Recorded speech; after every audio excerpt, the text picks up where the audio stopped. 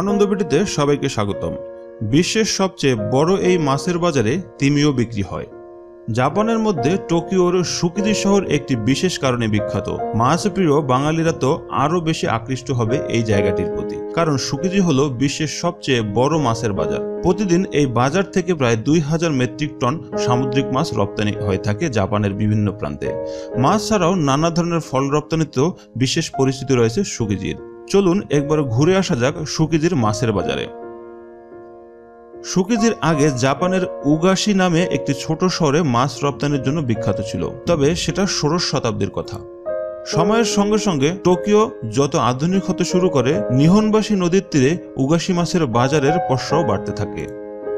1923 সালের মধ্যে টোকিওর ভয়াবহ ভূমিকম্প হয়, ধূলিসাৎ হয়ে যায় উগাশি মাছের বাজার।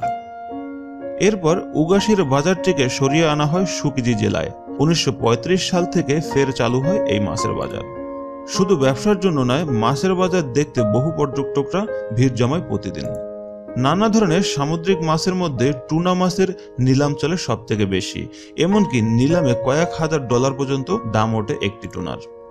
2013 সালে 489 পাউন্ডের একটি ব্লু ফিন টুনা বিক্রি হয়েছিল অবিশ্বাস্য দামে। নিলামে দাম ওঠে $17,60,000। এখানে নিলাম করা হয় ইনার মার্কেটে।